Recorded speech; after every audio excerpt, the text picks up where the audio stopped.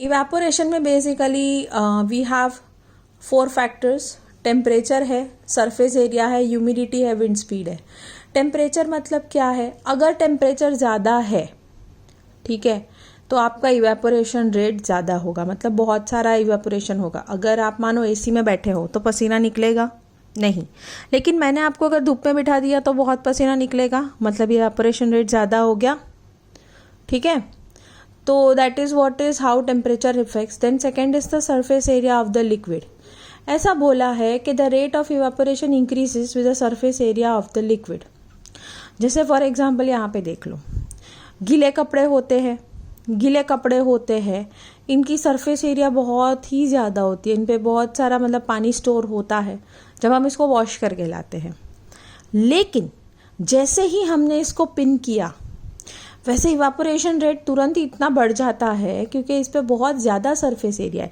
एक पोछा है, उसको मैं ऐसे मतलब गीला करके क्रम करके ऐसे रख देती हूँ, और एक जो है नैपकिन जिसे मैं ऐसे खोल के सुखाती हूँ, तो पहले क्या सूखेगा? नैपकिन सूखेगा, क्योंकि हमने उसको ज़्यादा सरफेस एरिया सन से एक्सपोज करके रखा हुआ है। और वो जो गीला कपड़ा है उसको हमने क्रम करके रखा हुआ है, मतलब ऐसा मतलब इकट्ठा करके रखा हुआ है।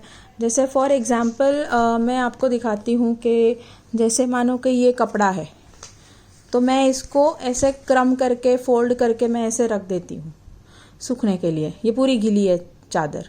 और दूसरा है कि अगर मैं इसको खोल के ऐसे पूरा तार पे सुखाऊंगी तो जल्दी क्या सूखेगा? ऑब्वियसली द बेडशीट, ठीक है। सो वो मैंने क्यों सूखा? क्योंकि हमने उसको फैला के सुखाया, हमने उसको एक एरिया दिया है, सरफेस एरिया बढ़ा दिया है, इसीलिए इवेपोरेशन रेट बढ़ गया। अब यहाँ देखिए दूसरा पॉइंट है हमारा ह्यूमिडिटी ऑफ एयर। अब जितना ह्यूमिडिटी ऑफ एयर कम होगा, इवेपोरेशन रेट ज़्यादा होगा। जैसे मैं आपको बता देती हूँ, अभी का जो रेट है उसमें ह्यूमिडिटी कम है। In summers the humidity is less. Humidity मतलब वो जो भेज वाली वातावरण बोलते हैं ना, उसे कहते हैं। और अगर मानसून देखा जाए तो मानसून में बहुत ही ह्यूमिड सिचुएशन हो जाती है।